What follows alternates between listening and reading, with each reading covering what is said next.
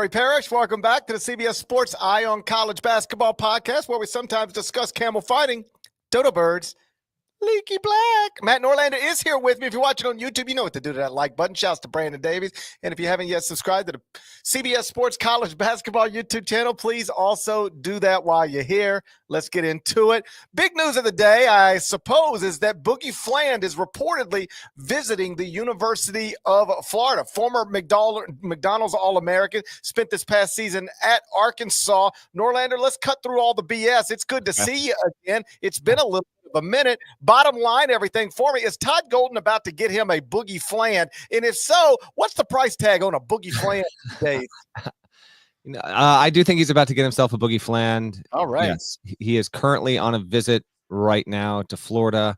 I guess it's not done, but all indications would seem that Boogie Fland, who former 5-star prospect, obviously, and was a key piece on the Arkansas Razorbacks last season, looks to be poised to remain in the SEC. And when that becomes official, I don't know. I would think it's going to be by the end of the week. Florida is also, coincidentally enough, scheduled to go to the White House to celebrate its national championship, which is also like the fastest one I can ever remember. Typically, these things do happen like 2, 3, 4, 6 months later, but they're turning around like that, and they're going and celebrating that on Wednesday with the White House trip there. I do think Fland's going to wind up committing to Florida again. Not done, I guess, but I'm expecting that to happen. He was a 13.5 point, 5.1 assist, 3.2 rebound guy at Arkansas last season. Played 21 games. Remember, he missed 15 games due to that thumb injury that kept him out, and then he was able to return at the back end right when they got into NCAA tournament play, and that was obviously a big factor in helping them advance to the Sweet 16. But I was told that once Fland, I don't know if Calipari has this rule across the board, GP, but I was told basically, like, with Cal these days, it's like, if you're going to go in the portal, by all means do it. But there's no, like, you go in the portal and you come back. Like, if you decide to go in the portal, you're in the portal and you're leaving. And that's the way not all coaches, but a lot of coaches look at it that way. So a return to Arkansas was not on the table there. As for the price tag, that's what's going to be interesting, I guess. I don't think we'll ever have the exact number there, but as it's been explained to me, like, Florida, which has money to play with, is, easily north of $7 million or so, if not 8.5 in general, has the capacity to do that. That staff is apparently pretty hard line when it comes to what we're willing to pay players, market value. Denzel Aberdeen asked for a significant boost in NIL compensation. He was projected to be a starter on a national championship winning team. And my words, not any sources connected to Florida, basically they said, take a hike. Like, we're not going to pay that amount. Desmond Claude, who's currently still to be determined where he's going to land, and has a scheduled visit to Alabama.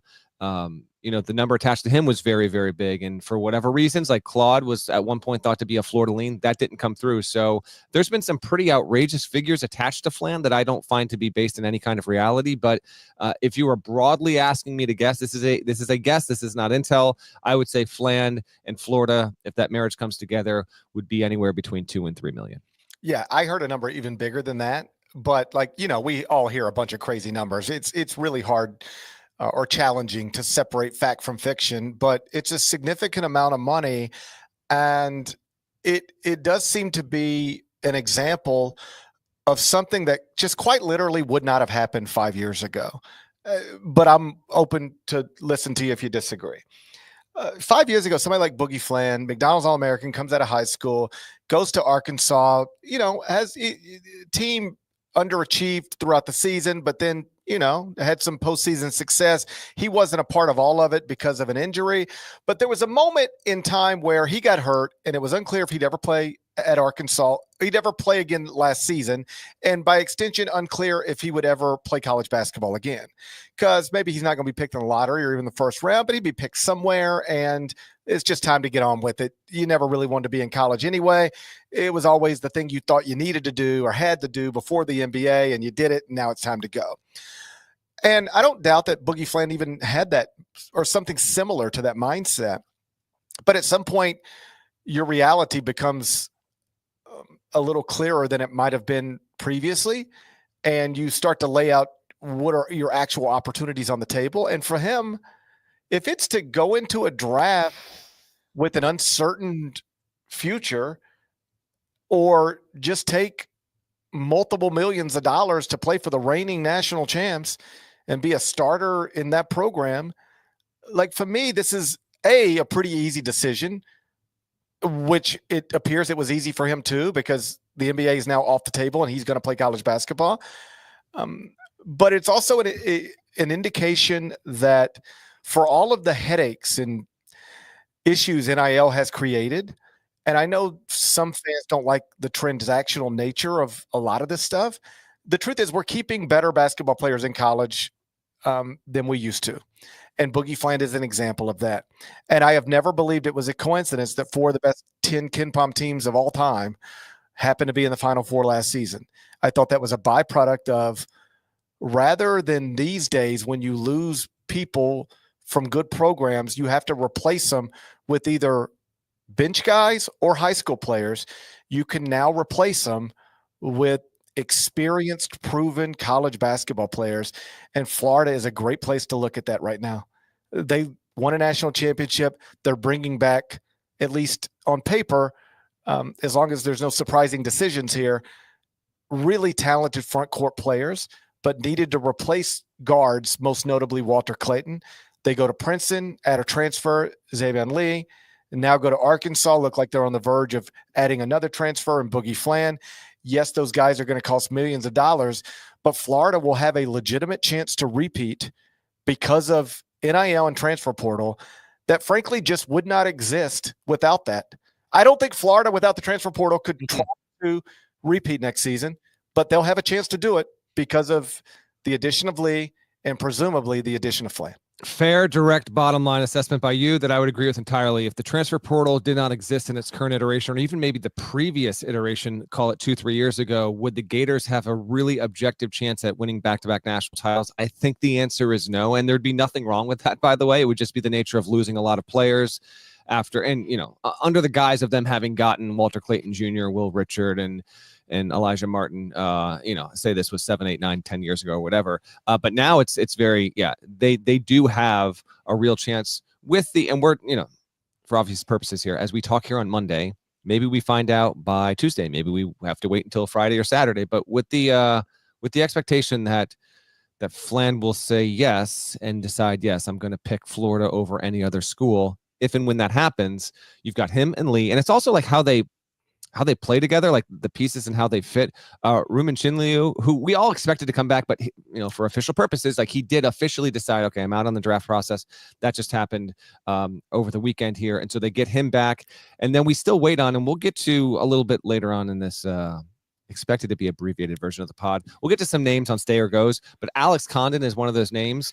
And I got told by some NBA sources that if he can get a first round guarantee, he'd really give strong thought to staying in the draft process. Now, the fact of the matter is, like, guys who are not projected to be top 15 picks, like the idea that franchises will go to an agent and say, if you're there, here's a guarantee, we're going to take you in the first round. It just doesn't happen that often. That being said, apparently that's some of the feedback right now with Condon. I would expect Condon to return as well, which is all the more reason why they're going to be in this national championship conversation. And Fland, his playmaking ability, he can really be a creative lightning bolt on the floor. And between him and Lee, and unless you've been super dialed in on the Ivy League, or if you can remember Lee when he was on the Princeton team that went to the Sweet 16 a couple years back, like he's going to be a very, very good complementary piece in that backcourt with this group here. So yeah, a big picture overall, you got Howe coming back, like a Hand-Logden back. This is a roster that deserves consideration for preseason top 10 status, unquestionably. I know GP, you'll update that and we'll advance that plot if and when Fland actually commits, and we can reassess there. But yeah, real chance to have a hope and expectation of, okay, here's our roster. We're the reigning national champions, and now we want to go try and do what UConn just did. Also, and oh, by the way, this is just a good plot point for college hoops in general, which is, for the most part, like in a fairly healthy place. But the idea that we could have in 3 consecutive off seasons leading into a season, programs in position to repeat as national champions is a really good thing. We had it with UConn going. We didn't know if UConn would win that second straight national championship, but that became something that was on the table and then became very, very real once we got to that season starting. And then last season, even with UConn not being able to do it, it was a talking point leading up into the season, and it was one of the biggest stories in the first month of the season. And now we're going to have it with the Florida Gators once, if and when Fland decides to join the boys down in Gainesville. So you bring back that front court. I don't know if it's highlighted by Houck, but you mentioned him, and I do think he should be on the short list of players if you're putting together a list of like guys who could be breakthrough college basketball stars. Yeah. Was he too good? I don't know. Like, just as a devil's advocate, like, was he too good to even be a breakthrough? I don't know. But I know what you're saying. Like, he could because of the nature of the national championship GP and what he did there. But yes, can he elevate to suddenly becoming, an All-American level player, which I'm going to shut up and you can take this here. Yeah. That's the other thing when you were talking earlier, like when I look at Florida's roster, they've just got a lot of really good pieces. I actually wonder who will emerge to become the guy on this team. And will they have that kind of situation, or will they be truly a strength in numbers situation where they've got 3-4 guys capable of being the guy on a given night, kind of like the team that just won the title? That's right. So like, you're right. I'm not going to update on the idea that Boogie Fland will commit to Florida. I will update when he commits to Florida. We'll tie the update to the headline. But to your point, if he does, and you can go Lee, Fland, Houck, Condon, Chinyelu in the that's a really good starting lineup, and that's a team that, preseason top 10 and a realistic chance to repeat as national champions. All of that's on the board. You said something that I thought was interesting. I want to ask you about it. It's not what I expected to talk about, but it's May 19th. What else are we going to talk about? Okay. You said your understanding with John Calipari is that, hey, you can get in the transfer portal if you want to, but you're going to shut the door behind you. Yeah. Good luck. I know some coaches do it that way. Others not so much. There's another pretty high-profile example of Penny Hardaway with PJ Haggerty. And Penny has publicly said, we're waiting. If he wants to come back, we have a place for him. So that is literally the opposite of the way other people would handle the situation. Do you have an opinion on what's right or what's wrong? What's good, what's bad, what's smart, what's dumb? I would say it would probably be best to have an open door policy. But that being said, like, want to at least emphasize this and how it's been explained to me, not just with Arkansas, but other coaches, having this kind of policy, so to speak, even if it's like an unofficial one, they would just, for the purposes of building out the roster, the changeover that comes, and not wanting to, like, plenty of coaches keep a roster spot like open. Like that's a thing that happens. They'd rather just not be sitting in limbo for anywhere from what really could be at the end of it, like 2 full months. They just don't want to have that be part of their process. It's like, we would love for you to stay here, but if you feel like if you feel like there's enough here that makes you want to go and explore the transfer portal, then commit to that. And it can be a clean break. That's fine. There's no ill will. There's no bad feelings. Sometimes there is with coaches and players. I'm not going to create a Pollyanna environment here with a lot of them, but I would, as a general rule, broadly speaking, I would be open to having the player come back. But let's be clear. There are obviously instances where the coaching staff, maybe the locker room, etc., in general, on any, just your occasional player where it might be just like, it might be just better if we just, get a clean break. Like, you go here, and this, I'm not saying this was the situation with Fland specifically, because I don't think that was the case whatsoever, but it was told to me that, in this case, it was, go into the portal, you're in, best of luck to you. Love being with you. But if you're going to make this decision, we're going to continue moving on, doing what we need to do. If I was a coach, I would want to at least have that option there. But I understand the coaches that say, I don't want to do it. I don't want to deal with this. I've already got too many moving pieces. I'm trying to recruit too many different guys. And this, will they, won't they, will they come back? And, maybe 90% of the time not coming back anyway. I don't want to even have that be on the table. I don't know that I would have any hard and fast rules if I were a coach. I might take it on a case-by-case situation other than this rule.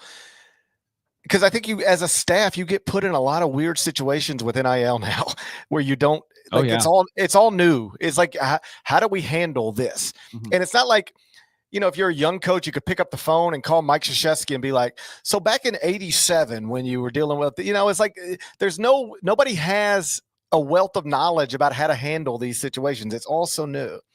So I don't know that I'd have many hard and fast rules other than this one, perhaps. We're not renegotiating in times where we're not renegotiating. So like the Tennessee quarterback situation, we will do a deal with you and we will hold up our end of the bargain, so to speak. But if you try to come and negotiate with us the day before the spring game, no, then go. We're not negotiating the day before the spring game. If you want to come to us and say, if you don't do A, B, and C, I'm leaving the day before the spring game, buddy, go. And we might both be worse off for this, but I'm not. That's where I'm going to make it clear to the world. Most importantly, my locker room. This is not the way we do things here. If you think you deserve more money, there's a time and place to talk about it.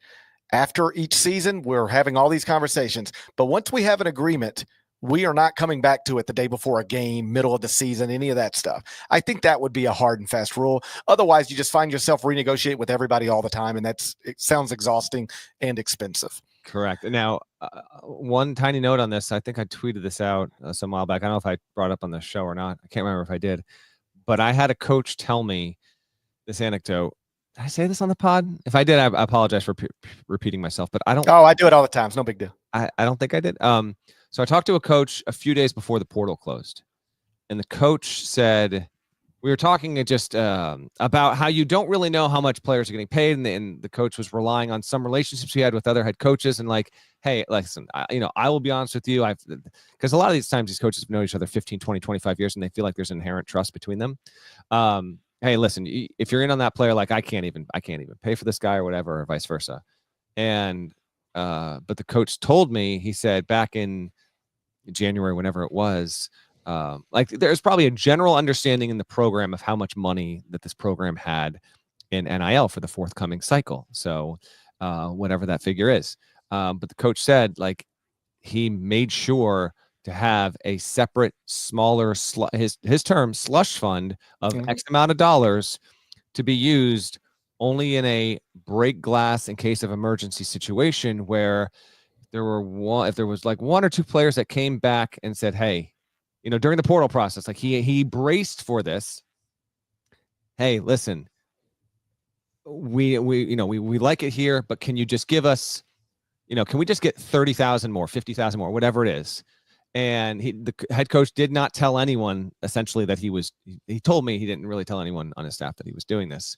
Well, lo and behold, in this coach's mind, and I didn't ask which specific player, and I'm not going to tell you what coach, I'm not going to do any of that on the show, but he said there were two players that I was willing to maybe go there with. And lo and behold, one of those players' agents and families came to him and said, hey, we're going to stay, but, considering what we're hearing, like, can we get just a little bit more? And so sure enough, that coach did do that. He only told me the anecdote with the agreement that I could not share it until after the portal deadline came and went. Because if I put it out there and like you tweet it and then all these, then suddenly like everyone starts asking for it. So maybe for next year's cycle, this will become a thing. But to what you're talking about, GP, I think some coaches, when they get up against it, like some coaches have a hard line, like it's not going to happen. But there are instances where if you're not at, a top 10, top 20 program, you might need to have a little bit of flexibility, because the alternative is, well, we kind of need this guy, because if not having this guy, you lose him into the portal and you replace him, like it really might be a difference of 3 or 4 wins next season. And so I thought that to be a very interesting thing, that very, very on the down low, very quietly, this coach was like, yeah, I've got a slush fund. It wasn't a ton, but it was enough just to maybe satiate some 11th hour desires. And lo and behold, and that's why I only know it because the coach called me up, was like, you got to hear this. And I was like, okay, you can't say until after the deadline. I was like, we're good. So anyway. I'm understanding of that. I actually think that's smart. Flexibility is important, not just in running a college basketball program, probably every aspect of life. Flexibility is important. I'm learning that as I get older. Because there is a cut your nose off to spite your face element to all of this. Mm-hmm. Oh, you want more money from me? Well, I'm not renegotiating now. You can hit the road, buddy. Okay, well, now you just lost your All-American point guard. Right. know, there is so congrats on having principles, but now you suck. All right. Good luck trying to win. but your principles are rock solid. So yeah, flexibility is important. The only place I don't think I would have it is I would make it clear to everybody in my program and everybody thinking about joining my program, we do not renegotiate with you mid-season, a week before the game. You don't get to score 27 against Mom on a Thursday night in November and come talk to me on Friday morning saying you need another 20 grand or you're getting in the transfer portal. Then go. This is not the way I'm going to live my life. You know, you're the Golden State Warriors. You signed Jimmy Butler to a contract.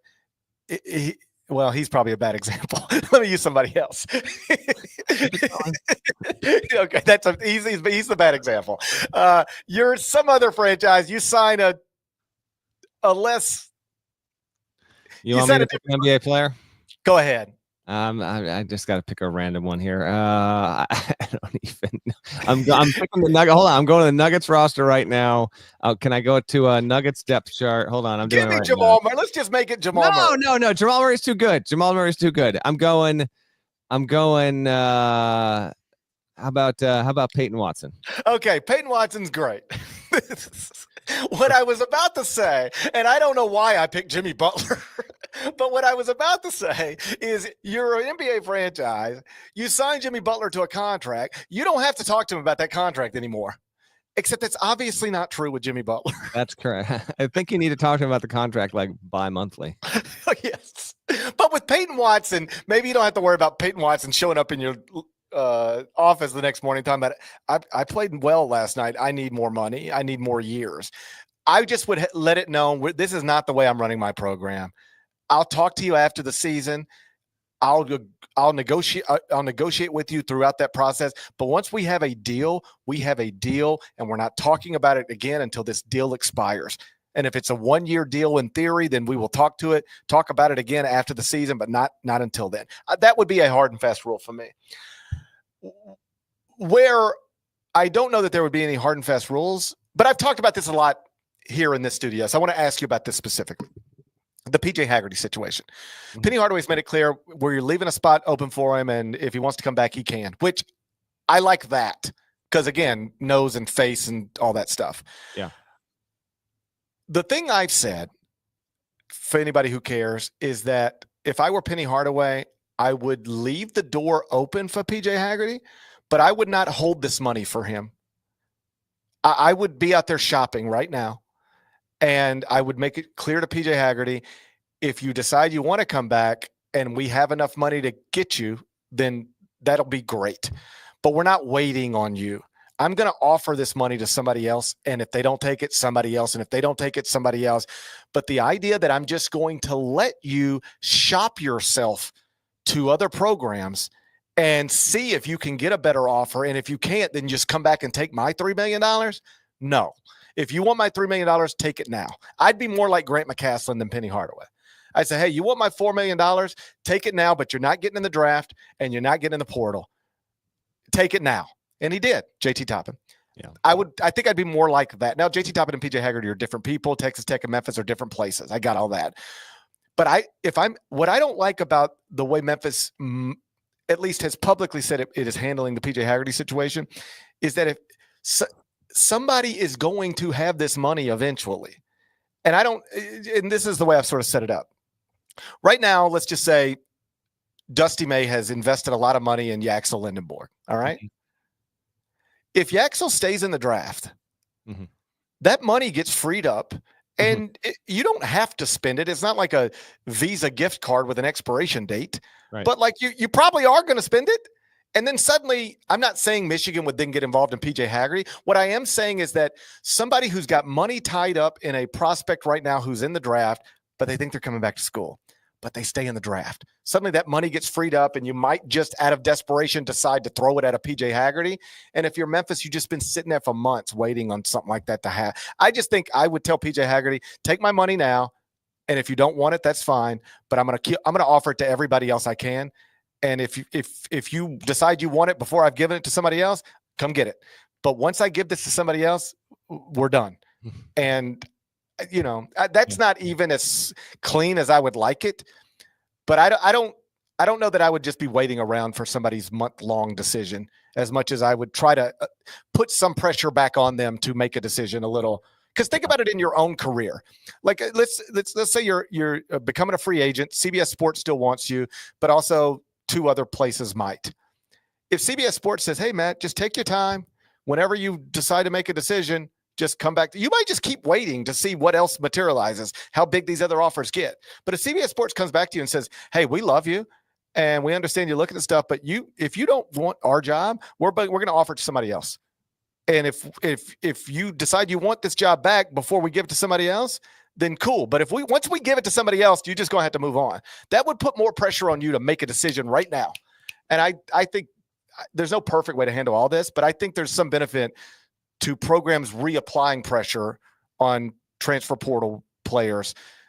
Make the decision now, or we will move on, or at least we'll do something else with this money. Because just sitting down out and letting somebody shop themselves for months, it just seems like it's going to end up a disappointing outcome. Yeah, I think more times than not it will. Also keep in mind, for our audience sake, we're waiting on the fate of this house case settlement by the judge, Claudia Wilkin, who, as I understand it, like once she is done with this, she's retiring. So it's been explained to me, like she's giving it the utmost thought care as she would most of her previous cases across her decades.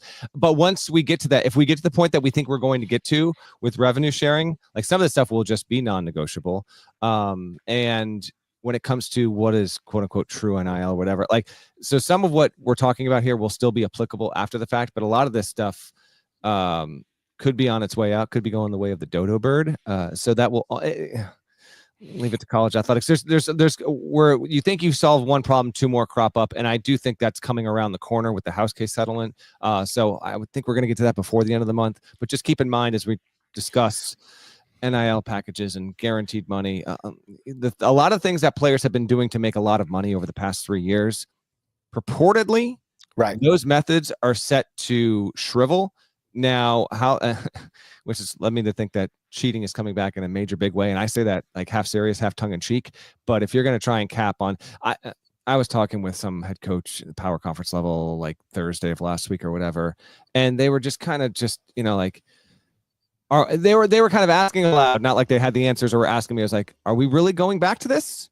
Are we going back to? It's outrageous. It's outrageous. We really think that we're going to, turn back the clock, put the toothpaste back in the tube, and suddenly go to a situation where the top 10 players on the college basketball market in the transfer portal, like this year I would say on average, a top 10 player, I would say on average is getting $4.5 million. Okay. We're really going to go back and say, okay, now that player is going to suddenly go, now he's going to, even though it would be good money, but are they going to now make $2 million, $1.5 million? There's a lot of skepticism out there on all that. I don't know. Minute 28 of the May 19th episode, 2025. Come get it whenever you need it. Okay. It'll be here for whenever you need it. You might not need it for a year, might not need it for 5 years. 28th minute of the May 19th, 2025 episode of the Iron College Basketball Podcast. Come get this whenever you need it. I'm about to tell you how this is going to go. Okay. This is going to get ruled on. These new rules are going to go into place.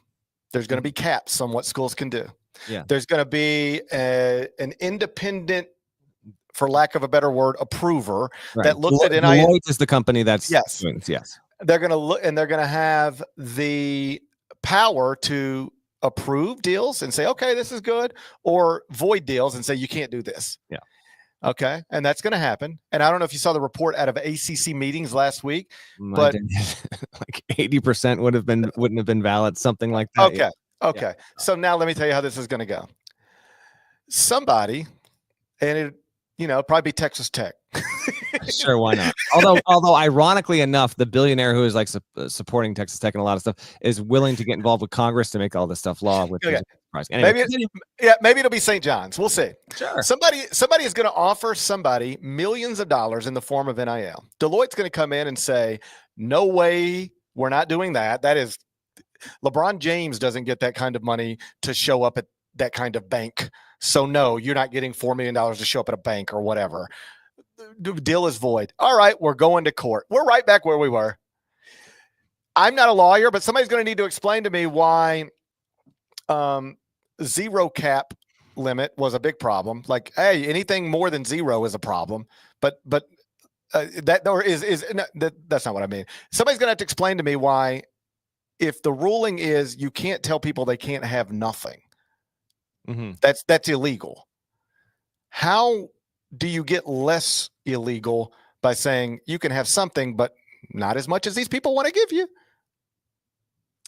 Yeah, I let's just save it for the house case settlement stuff when it comes down, because this is It's gonna take show. Like yeah, I know it's gonna be a void, and it's gonna be a voided contract, and then a lawsuit, and we're gonna be right back where we were. And short of that, you know what we're gonna have? Cheating again. You really think? I'm excited. Do you really think some SEC program is going to be in a recruiting war with Villanova and going to have to sit there and deal with this possible fact? Villanova can legally offer you X amount of dollars, and we can only legally offer you a fraction of that, in part because we have big time football and they don't. Mm-hmm. So now we just got to lose this 5-star program changing prospect to Villanova. Do you really think an SEC program is going to let that happen? Or do you really think hope so, because it's funny? No, you know what they're going to do? They're going to do the same thing they've always done, which is at the end of the day, do what they got to do to get the player on campus. Yeah. That's where we're headed. Listen, yes. Lawsuits and cheating. That's where we're headed back to. Go. Lawsuits and cheating. It'll be back. It'll be lawsuits that change the rules again if they win. And if the lawsuits fail, then we're just back to cheating. You cannot cap the SEC. I mean, like, just stop it. You're not capping the SEC. Try and slow these people. They will not be defied. Okay. They will not be defied. That is absolutely true. You're telling me we're going to have the SEC meetings and John Calipari and Bruce Pearl and Todd Golden and Nate Oates are all going to be down there like, yeah, guys, I just lost another player to Creighton because we didn't have the money and the rules got in the way. Oh, man. I mean, what are we talking? You know how stupid that sounds? I know. Just so people know, I'm not just making things up. That is literally what the rules suggest is going to be the reality. Yeah. That Nate Oates won't have as much money as theoretically. Yeah. Correct. Like, so just a quick parameter on, like, so hypothetically, Alabama could have almost 23 million in a given fiscal year to spread around its entire, all of its college athletes, all of it. Now, obviously, the football team would take up a higher percentage than anything else, but the men's basketball team, the women's basketball team, hell, baseball, all this stuff, right? That 23 million would be pooled out to Alabama. And how Alabama does it could be different from how Auburn does it, could be different from how Ohio State does it, to North Carolina, et cetera, right? But the Big East, for the most part, these schools don't have football to worry about. Now, they won't have 23 million, but just as an example, like Marquette brings in a ton of money, doesn't have to worry about football. And even if Marquette was only bringing in, even if Marquette only had 9 million, it's still the ratio breakdown through pure school payments, just through payments through the school, not, Deloitte checking off, okay, what's a valid NIL deal? That's the other part of this.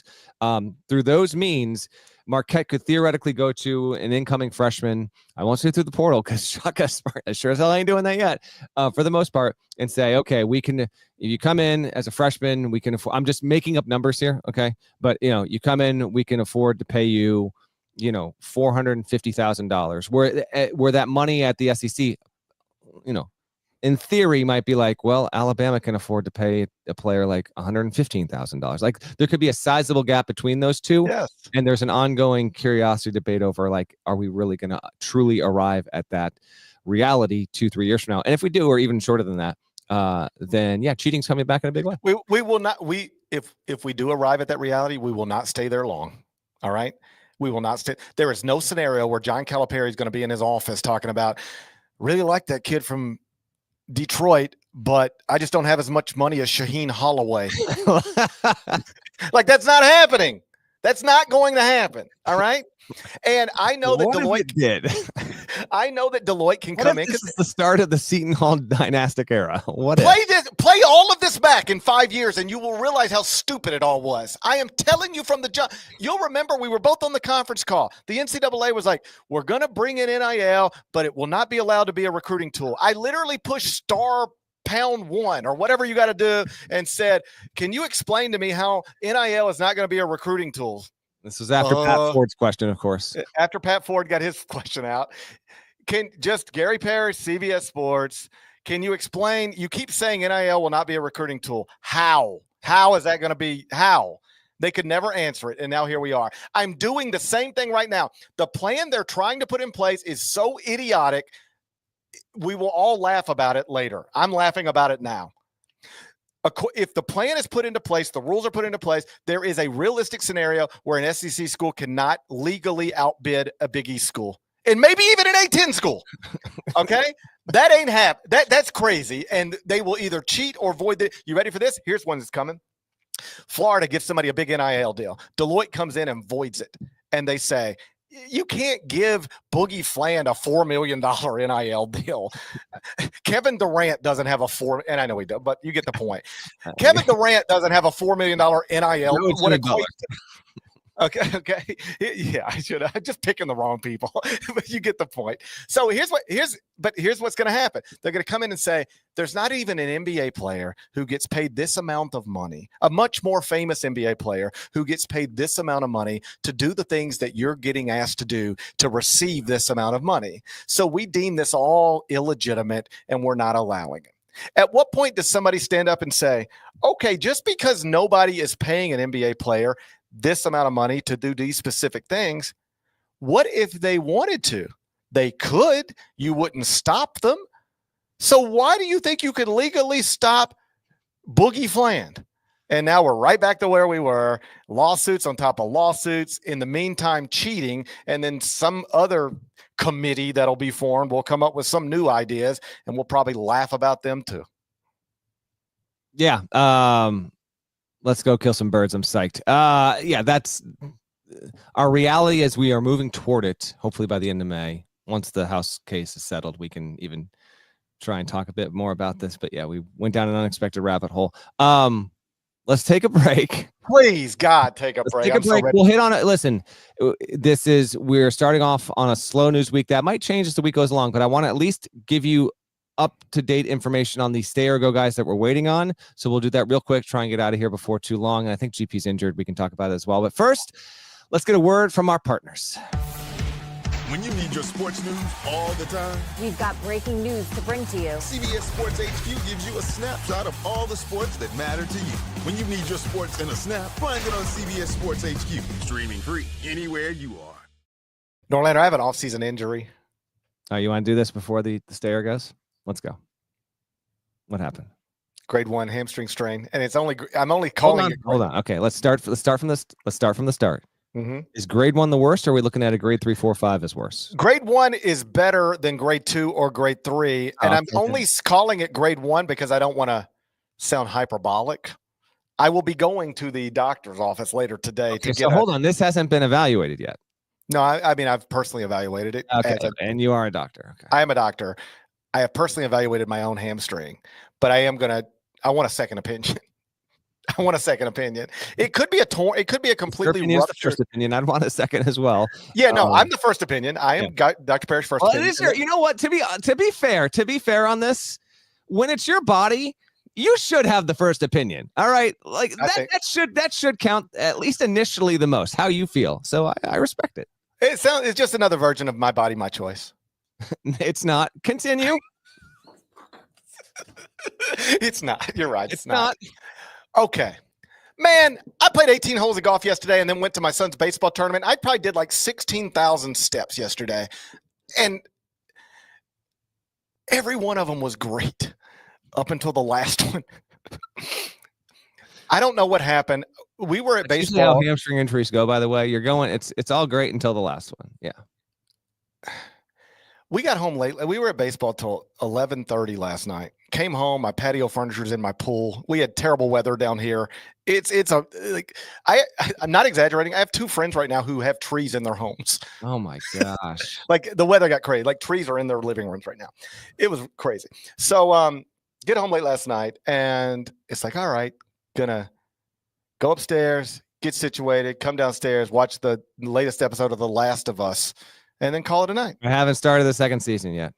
It's good. I'm on season 1 of the rehearsal. This show is ridiculous. I tried to watch the second season. It's the rehearsal. I realized I'm gonna have to watch it. My wife and I have very different interests in television, yeah. And I tried to watch it with her, and I just realized this is not the thing to watch. My wife watched 1 episode with me. She's like, "I'm not watching this." That's my wife watched 5 minutes, and she was like, "What are we doing?"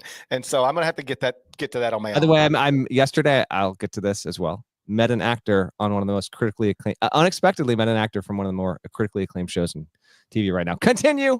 Okay, so that's my plan, and I swear there's nothing more to it than this. I am walking upstairs, and I took a step, and I slipped ever so slightly, but it was nothing major. It wasn't like I slipped and fell. It was like I just sort of slipped and lost my balance going up the stairs, and I felt it, man. Like when you watch Steph Curry just like come up and immediately remove him. I am not. Yeah, walking up the stairs. Okay, this is actually funny. So, like, when I think about Steph Curry and his hamstring injury, just picture that only it's me walking up my stairs. No, this is what I was going to say. When you see Steph Curry strain his hamstring, immediately grab it, and then walk off the court, and it's like he knows, I'm done. I can't play. I can't do anything for weeks. It's because you feel that immediately. And I went through that last night in my own little way. I know what it's like to be Steph Curry is what I'm trying to tell you. Not everybody who has been talking about Steph Curry over the past couple of weeks knows what it's like. I do. I am a modern day Steph Curry. You do this for content's sake? They're out of the playoffs. I should have done it a week ago. Yeah, your timing is awful. No, so my wife's downstairs and she hears me yell. Ah, I yelled. I don't know if Steph yelled, but I did a good yell. Ah, and then I did go down. And so I didn't fall, but I did pull it and then like collapse. And she was like, I think it's a crumple. That sounds like a crumple situation. I crumpled. Yeah, you crumpled. So she yelled at me. She's like, are you okay? And I said, I don't think so. And she goes, did you fall? You said I crumpled. I crumpled. I said, I think I just strained my hamstring. She said, what? I said, you remember what happened to Steph Curry? She said, yeah. I said, it's the same thing. You did not yell this to her from the stairs. She said, but Steph Curry hurt himself running around a basketball court with 9 other large men on it. What were you doing? I was just walking upstairs. This is pathetic. It is pathetic. This happens, though. This is in my future eventually as well. I'm aware of this. Yeah. Bro, it hurts so bad. Like I am hurting so bad right now. Like I'm not the type, you know me. I went through like 2-month period. I couldn't even speak. I didn't go to the doctor one time. I was just like, I'll figure this out. I'm going to the doctor as soon as we're done with this thing. I can't walk. It hurts like hell. Don't ever disrespect somebody for sitting out a basketball game with a hamstring strain. I almost set out 2 podcasts today with a hamstring strain. You know what? You'd never know it through the first 40 minutes of this. This is classic us, by the way. I was like, we'll get done in 35 minutes. Well, then we start talking about the stupid Deloitte and voiding deals and salary caps, and it's just like, what are we doing? Anyway, I'm gonna survive, but I have a new appreciation for hamstring strains. If you play basketball and you ever have to miss a game with a hamstring strain, I will not be the analyst who calls you the P word. I know what you're dealing with. Should never be that analyst. Anyway, regardless. They exist. They're out there. I know. Just never crack the door for that being the situation, regardless. No matter what the circumstance. I don't think I've ever called a basketball player the P word. Certainly not publicly. I've probably done it privately. I don't think I've ever done it publicly. It hurts, man. That's what I'm trying to tell you. Okay. Real quick, we can get back to the basketball, but since you mentioned, I don't know. You're Severance guy. Yeah. Guster just so happened to be playing in Connecticut yesterday. Okay. A matinee show. Good. Just unexpectedly, they were playing. This town gave them God knows how much money. They came. They played a 90-minute set. And it was a good time. Got to catch up with the buds, and I said the reaction to our new intro music has been overwhelming, which it hasn't, but it has been very, very good and well received and all that stuff. And they appreciate it and all that. But as they're getting ready to play, my wife looks over, she's like, "Oh my God, it's the guy from Severance." And so like, I'm looking for Adam Scott. It's not Adam Scott. However, it was Michael Chernus, the guy who plays Rickon, the brother-in-law. Oh yeah. I know Rickon. He's known. So we wound up meeting him, talking to him. Super cool dude. He's known the band for like 20 years, doesn't live too far away. Said they have not yet started shooting season 3, but it will be shot. And yeah, my wife was like, "How does it feel to be on a show that's like this huge cultural phenomenon?" He's like, it's been awesome, but totally not what anyone thought, because we started shooting this in COVID and we thought it might be just, a show that a very small faction of people might like. And it's become this huge thing. He's an awesome actor. I was like, I kind of knew you since, he was on Orange Is the New Black, but I was like, I really like Patriot. He was like, "Oh, Patriot. Now you know what you're talking." If you've never seen Patriot on Amazon Prime, it's actually like, it's a different kind of show. It's 2 seasons, but he was really, really cool. Good dude. And then he told me, because I'm going to go to, at least I'm planning to go to Knicks Pacers this week at the Garden. And I was like, if I see Ben, I'll say hello, because Ben Stiller created Severance.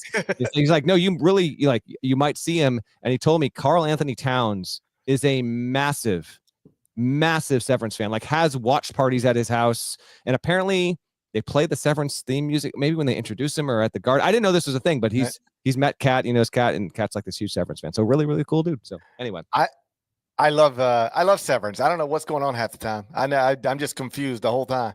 But what I appreciate about the show is I think everybody's confused. I don't think anybody's supposed to know what's going on. I know that really is it, but it's good. It scratches the itch. We needed a show like that, and yeah. There's a lot of good stuff out there right now. Like the Studio is in season 1 on Apple TV Plus. We just started. I'm like 5-6 episodes in. It's better than I thought it was. I was like, all right, let's give it a go, whatever. And it's been good. Like, as much as a navel gazing show about Hollywood could be, I've actually liked it. It's good. I enjoy it. The one, and then we're going to get to basketball because I don't want to be here any more than you want to be. And you got to go to the doctor. And I got to go learn how to walk again. I've got to go to physical therapy. In all honesty, would our audience prefer us? The YouTube audience already know. Like, the people that find these videos and are like, "What the hell are these two talking about? I want your latest on this." Would they rather have us here talking about your hurt hamstring and TV shows, or stay or go decisions? I honestly don't. I don't know either. I don't know. We'll talk about it. What else have you been into? So this new documentary dropped on Netflix, and I was like, I don't know. I feel like I know everything about that. I don't need to watch it. American Manhunt, Osama bin Laden. Have you heard about this? No. I've heard of Osama bin Laden, but yeah. Yeah, have you heard of Osama bin Laden? So 3-part documentary on Netflix. It was number 1 on new shows all week or weekend or whatever. So we just started it, I guess, Friday night. I was like, I just put it on. And it's great. I mean, it is terrific. Even if you live through it and think you know everything about it, you'll learn stuff. It's got real voices, like Liam Panetta's a voice in it. Former CIA people are voices in it. And it's all about 9/11 and then the years it took to find Osama, how they did it. I thought it was great. It was, as of yesterday, 100% approval on Rotten Tomatoes. 100%. Okay. It's really good. So if anybody is just looking for something to binge, 3-part documentary, every episode around an hour or so, I thought it was terrific. Absolutely. I'm looking it up right now. Rotten Tomatoes. See if it's dropped off from 100% right now. 100%. Yeah, there you go. Average tomato meter. Oh, popcorn meter, 58%. What's going on here? Well, that's the American public. They don't know what they're talking about. I don't know if you've been following how America votes and things. Oh, boy. Okay, quick stay or go stuff, and then we'll get out of here. So you can get your hamstring evaluated. Yeah. And if you grade 1, though. I mean, we're not even talking grade 2. It could be grade 2. In all seriousness, I saw somebody say Aaron Gordon had a grade 2, and I saw a doctor jump on Twitter, and you can trust all this stuff. That's reliable. You can always trust all this stuff. Any doctor on Twitter, you could trust it. Yes. Don't worry about it. Of course. But the doctor said, I would be surprised if it's a grade 2, because with a grade 2, it would be difficult to even walk. I am having difficulty walking. Keep in mind, I'm not trying to switch a ball screen. I am not going to the doctor because I can't switch a ball screen right now. I'm going to the doctor because I have trouble walking. So I might be discounting what I'm dealing with right now. This could be grade 2, grade 3. It could be a grade 3. The ambulatory situation, not good over on GP side. Okay. Let's run down these. Plus, there goes. Cedric Coward. As of tape time, he has not announced. I don't see any way possible he returns to Duke. Returns, he never went. He went on a visit. He's committed to Duke. He's never going to suit up for Duke. There is now buzz in NBA circles that like he really has a shot at the lottery, which the most recent player who resembles this kind of track was Jalen Williams out of Santa Clara, who wound up, I think, going 12th in the draft like 3 years ago. Cedric Coward felt unsure enough about his NBA prospects as recently as a few weeks ago to commit to Duke while being in the portal and going through the draft process, but showed out very well at the combine. And frankly, I'm surprised and don't know why it hasn't been announced yet. He has top 20 stock. There's no way that he's going to play at Duke. I guess 99% he's going to the NBA. With that, there's been a ton of buzz and smoke that this Dame Sarr, incoming freshman, will eventually commit to Duke. And I don't know if there's two things at once with like they're going to wait for Dame Sarr before Coward. I don't know what's going on there, but I would expect that we can talk a bit more about this later in the week once we get more on Coward. And then once we get, if Dame Sarr is indeed waiting in the wings to announce a commitment there, GP. But yeah, I know you bumped up Duke when Coward gave the commitment, and so we'll deal with the ratings, rankings once those get adjusted. But before we talk any other names, he's the most notable of them all because he's going to have this awesome story. He's going to go from, I mean, almost nobody has seen this guy play, broadly speaking, and now it's feeling like, I'm not going to say lock, but it's feeling like really, really good chance he goes in the top 20. Obviously, the thing that could change it would be Duke just decides we want you, and we're going to keep throwing money at you until you decide to commit. But it doesn't appear they're even going down that path. It doesn't appear like Duke's going to try to get into a bidding war with the NBA draft.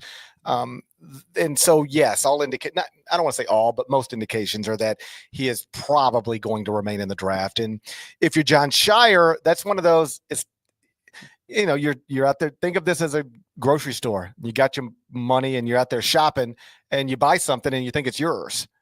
Like when on the day you purchase it, you're like, all right, well, that's one starter.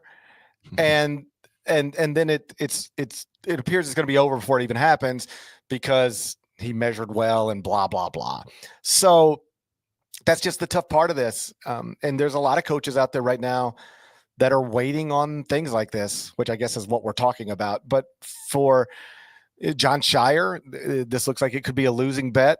Dusty May's got one that seems kind of up in the air right now with Yaxel. And this is also what I was talking about as it pertains to the PJ Haggerty thing. You just keep letting somebody shop themselves to everybody. There will be a program. This will happen to PJ Haggerty. If nobody makes him commit anytime soon, eventually this will happen. A school that has money tied up in a player who is in the draft, but they think he's coming out of the draft, he's going to withdraw to the draft, he stays in the draft. It's like, oh, man, we didn't know we were going to lose that guy. Oh, God, now we got $2 million here. What? And who's available? We need a player. Well, the All-American from Memphis is still sitting out there. What's he going to cost? I don't know, 3, 4. Geez, I don't want to spend that much, but we need a player. We just lost a guy at the draft. Let's call so-and-so with $1 billion. See if he can get us another $1 million. Let's go PJ Haggerty shopping. Like that kind of stuff happens, and that will happen. And right now, if you're any coach that's got a borderline prospect still sitting out there, these are nervous times because your season could quite literally be determined by the decision this young person makes. Agreed. So with that in mind, here are the names and kind of the reads right now as of Monday afternoon. You mentioned Lendenborg. I think Michigan is hopeful, but not banking on it. But my read is 60-40. He goes back to Michigan, but there have been some wild swings over the past couple of weeks there. And if he can get into a spot where he feels like he's likely to be taken the first round, I don't know, that will be an interesting one. But I would lean slightly toward returning to Michigan. Todd Pettiford, been told that if he gets a first round, again, is he going to get one? He had a really good combine. If he gets a first round guarantee, probably almost definitely gone. If not, probably would come back to Auburn. Man, I would just love to see him back in college basketball because he's such a fun player to watch. It would improve the product and it, good. would be one of the better players in the country. So we'll see on Pettiford. But my understanding is if some team tells him, we're going to take you if you're there at the 25th or 27th or whatever it is, like he'll stay, but not, then he would return. But that one feels a bit tricky. Darian Williams, I think, will come back. And when he does, Ohio State is the school to watch there, though not a guarantee. They're considered the favorites to get Darian Williams, formerly at Texas Tech. We talked Haggerty. There's been a lot of NC State smoke there. We'll see if that does indeed wind up coming to be. And if it does, by the way, when are these going to happen? Well, some guy, I'm not going to run on every guy in their timeline, but some of these guys are taking it to the very end. Like Milos Uzan, Houston is a perfect example. I think he takes it to the final 24, if not 48 hours. He wants to be gone, wants to be in the draft. His stock is all over the place. Houston still has a spot for him. Coming back, there's really something to be said for coming back and being a key guy on a preseason top 3 team that can win the national championship. And in the process, I don't know what Houston's numbers would be, but I would have to think if you're Uzan, you come back, you're looking at least $2.5 million, if not 3.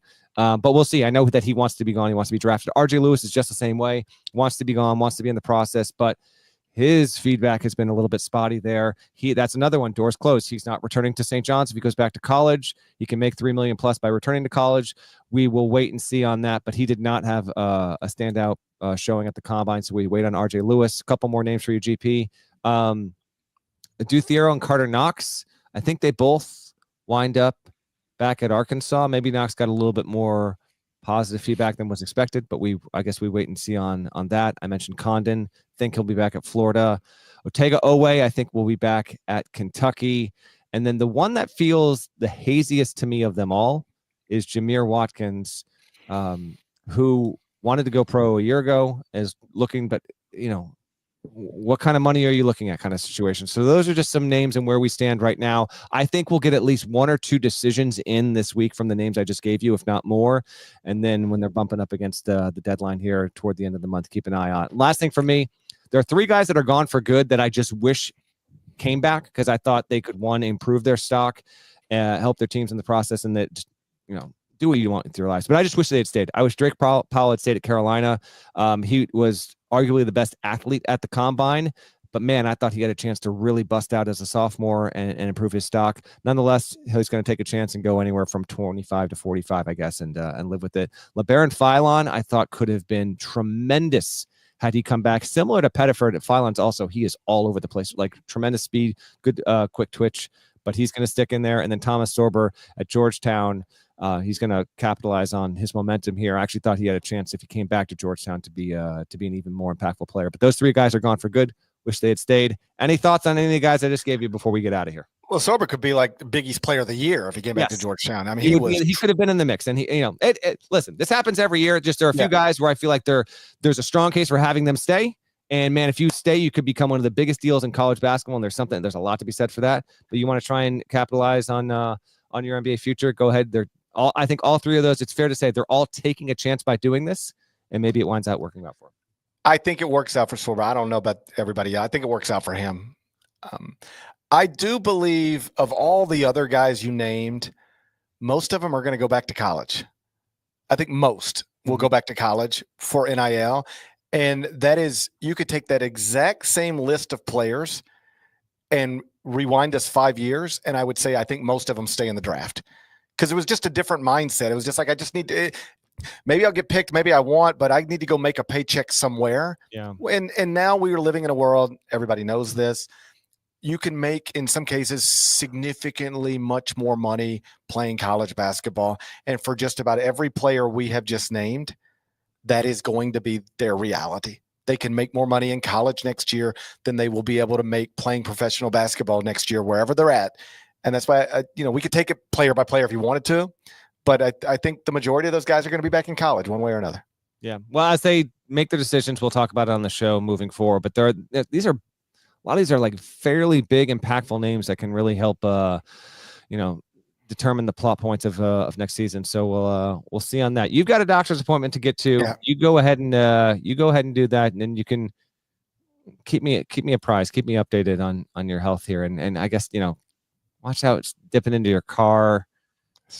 Just up the stairs, man. It's one thing when you get hurt. Like, in all seriousness, Steph Curry got hurt playing basketball. I wish I could tell you I got hurt playing basketball.